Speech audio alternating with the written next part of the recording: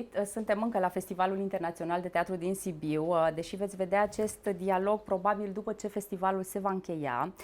Nu știu dacă este un ecou al bucuriei sau al provocării pe care le aduce Fitz, sau dacă pur și simplu este o întâlnire magică, ceea ce veți vedea. Este însă cu siguranță una dintre acele întâlniri care rămân și pe care cumva am privilegiul să vi le aduc ca jurnalist și avem privilegiul să le aducem spectatorilor de la TVR Cultural, fiindcă veți intra puțin, un strop măcar, în intimitatea, în gândurile, în mințile și, de ce nu, în inimile a doi mari actori ai lumii, legendarul actor american John Malkovich și multipremiata actriță lituaniană Ingeborga Dapkunaite. We are so happy to have you here. Let us start with In the Silence of the Cotton Fields, this very special theater play that you are bringing to Fitz. We are talking about a play written about by a Frenchman, Bernard Marie Coltes, and directed by the acclaimed Russian director Timotei Kuliabin. One of the most mysterious works of modern times, it is said. Why is it mysterious? And tell us the story about how this project came all together. It's, as you said, it's a French play, and our dramaturg, Roman Dolzhansky, who is a very old friend of the festival in Sibiu, because, as he said, he came here to the first festival, late 90s, and actually he was delighting yesterday in how much not only the city, the festival, but the whole country has changed, and what advantage it has taken and managed to take through the changes after what it has been through. So he brought us this play, and then he said that Timofei always wanted to do it, and we started doing it during the pandemic on Zoom. And we did it, and then that's how it developed. On Zoom, did you, how did you do this dialogue on Zoom when first working for the play? Most sessions we had Timofei, who was in Novosibirsk in Siberia, and Roman, who was in Moscow, and Inga, who was in I think I was in Moscow. Moscow, but outside of Moscow Yes. for the most part. And I was wherever I was, normally outside of Boston, in America. And we worked for, I don't know, a year or quite a few months at any rate, and mostly just worked on the script. We read both roles and changed roles many times, and we just little by little both worked on the script, mostly defining and reducing the amount of text to the most essential components of the text that Timofei was interested in. And we did that alternately in French and English and Russian through the original text in French, and then the translations in English and Russian. And we started like that. Then eventually we put it on its feet in 2 sessions in Latvia, in Riga at the Dailas Theater. And we worked in January 21, was it? Or 2? 21. Was it? No, 22. 22. And opened later in May of 22 after another session, and then have toured it since. Pretty much always in Europe so far. What was your first feeling when reading the text? I have to admit, I wasn't quite into it. It takes a while to get into the text. Interesting. Also to say about Zoom, we still rehearse on Zoom because we are in different places of the world usually, and it's kind of means of communicating. Sometimes it's a different video call, but usually, as you probably asked me about, what you asked me about is, it is a difficult and very dense piece of writing. So it takes a while to get in, and that's how we started, by trying to understand what it's all about. Is it about desire in a way? Yes, Yes. it's fascinating. It's intriguing. Yes, of course. Because there are desires I think people have that are fairly commonplace and accepted as so, at least say in most Western societies. But then there are desires people have that are not at all accepted either by themselves or by the societies in which they live. And the play has a great deal to do with that. Yes, absolutely. But it's a wonderfully poetic piece as well.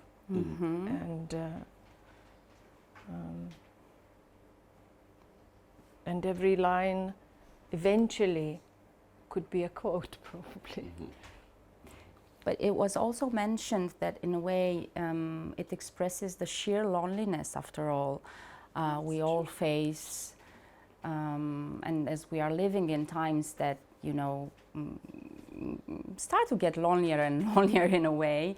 How do you think it brings this contemporary issue to the public, or does it? I don't know. Well, I think I couldn't say, because I think in the modern world there are a lot of virtual lives and virtual living, meaning living, I don't necessarily not say based in reality, but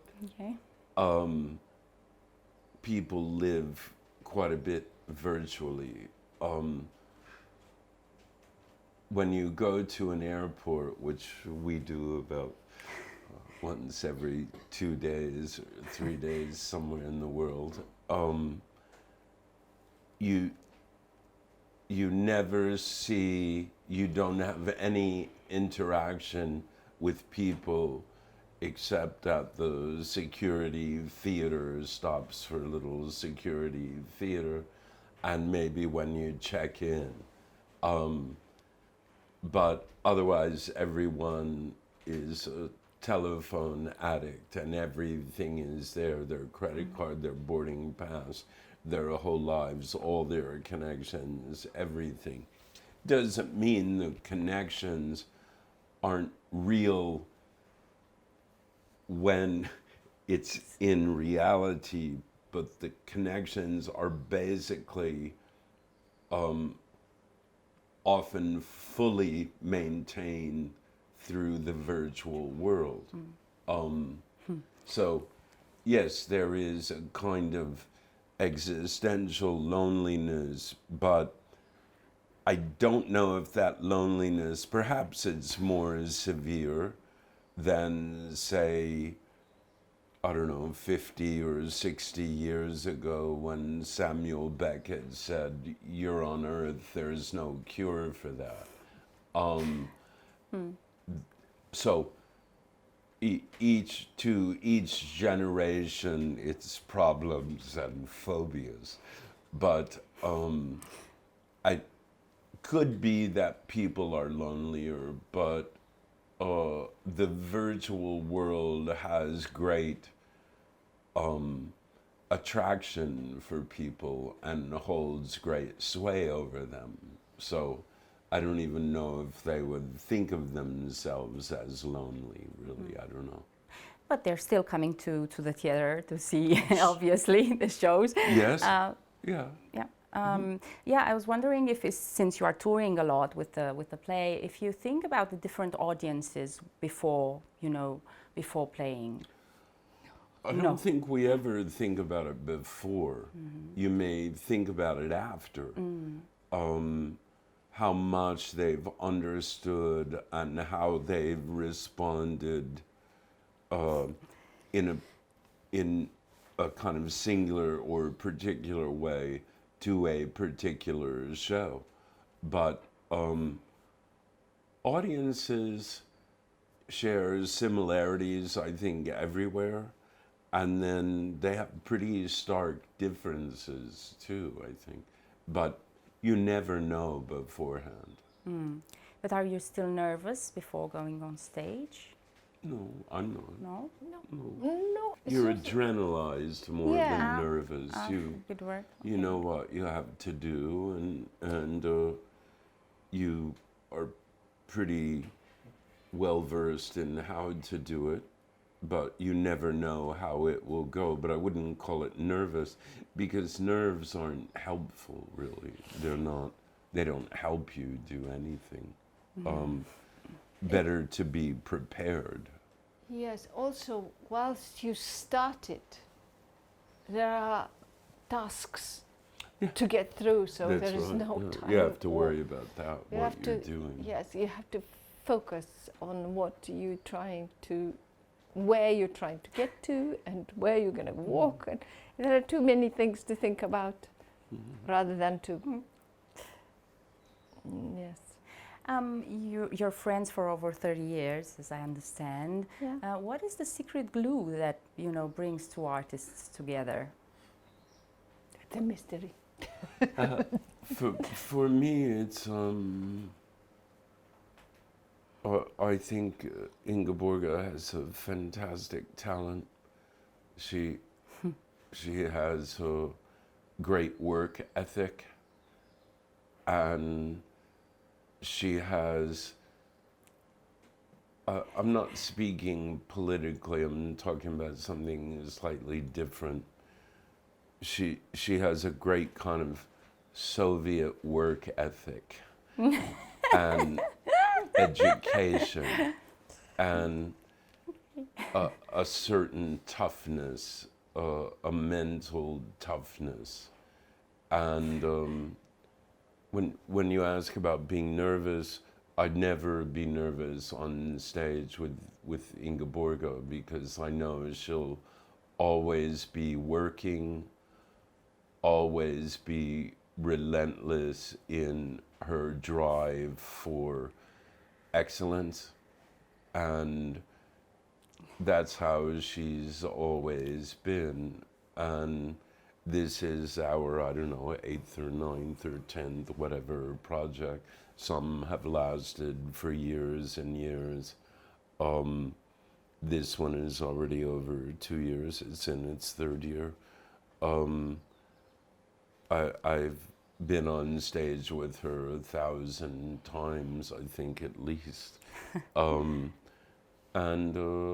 that's what it is for me, the a partner in the pursuit of excellence, It's, I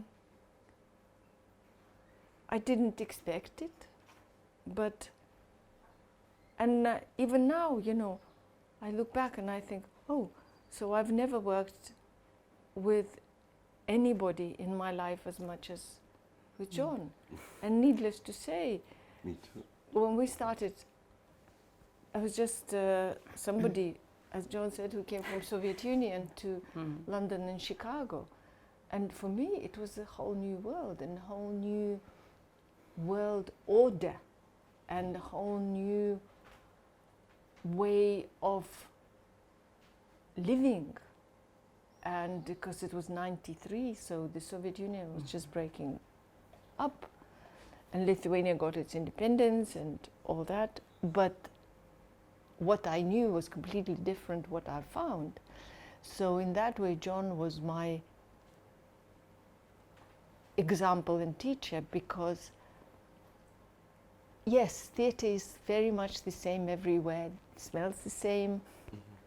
When you get on stage, the truth is either there or not there.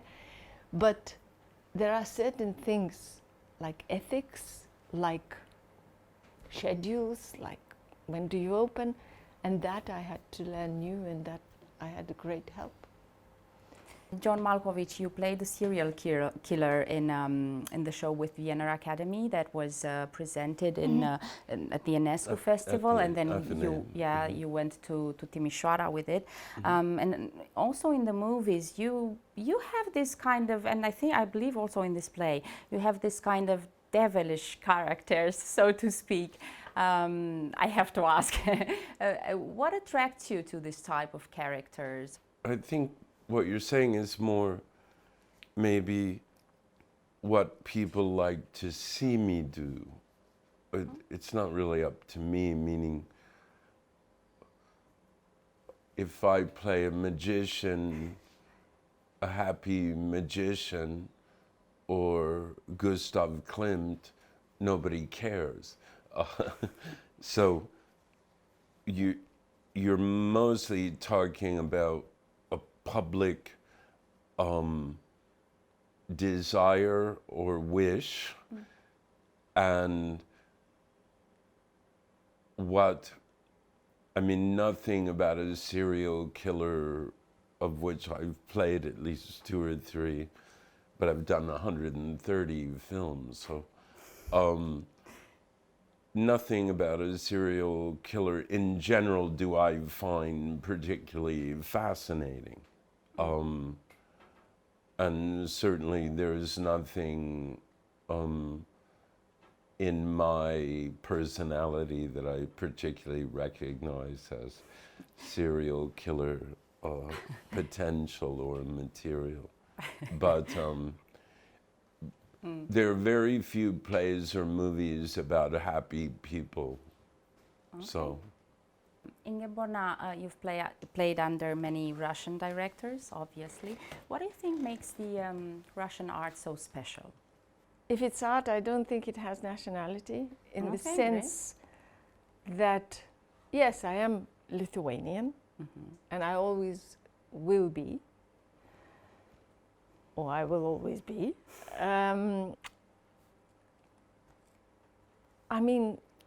Probably history forms certain patterns or something in an artist, and maybe there is a color, but art tries to deal with common questions like, why are we here on this earth, and what are we doing here, and how do we get through this, and is there a meaning, and what is life and death, and if you're an artist and you're asking about artists, is there a difference between if you're Russian or American or, I don't know, Iranian? And say I've worked with, yes, I worked with Russian directors, and I worked with English directors and German, but usually it's just a question of talent. So when you are on stage, you forget what nationality they are, or when you're in front of a camera. You've just portrayed Sergiu Celibidache in The Yellow Tie, a movie by his son, Sergiu Celibidache, which was filmed last year, I believe, in Bucharest, in Romania. What did you discover about the maestro, and how was the experience of portraying him? I don't know if you're a fan of classical music. I don't know. You am, are, yes. Of course. Well, I thought he was a unique and extraordinary and kind of singular musical talent, very, very bright, very uncompromising, and obviously very controversial, but I didn't know him personally. I mean, I've seen God knows how many hours of footage of him conducting and teaching and etc. And I have to say, I think it's very interesting. You know, he really didn't do recordings. And so there's very little, at least in the public domain, of his legacy. But I thought especially his stance that recorded music was really no more than a kind of pale imitation, but really an utter corruption of live music. I have a tendency to agree with that because I've spent thousands of nights on stage with a full Baroque orchestra or a full symphony orchestra. And I'm glad recordings exist so that I can hear things I couldn't hear live, but it's not live. And no matter what you do with the kind of stereophonic components and the components that make up good or bad sound, that isn't live, it still isn't live. And I compare that a lot with theater in that, to me, theater is a living, ephemeral thing. You had to be there. If you weren't there, too bad. So I have a lot of respect for celebrul, and I enjoyed very much doing the film. I know the producers. I was riding tours several times last week. They're hoping to get it into Toronto or Venice. We are all very much looking forward to see it in the cinemas. The Yellow Tie. Last question for both of you. What is the best and what is the worst part about being an actor? And as you mentioned previously, is there a meaning to it? Meaning? Is there a meaning to anything? Yeah, I don't think there's a meaning to existence, a meaning to existence in that there's some greater plan or something. I think the point of being an actor, or the point of being a, quote, creative person, whatever that may mean in its various guises, is how do we live? And it doesn't even mean that we're going to live by the things that we find to be true or healthy or helpful or human, because people are flawed. But I think art per se asks just simply that question, how do we live? And we kind of spend our lifetimes asking that question.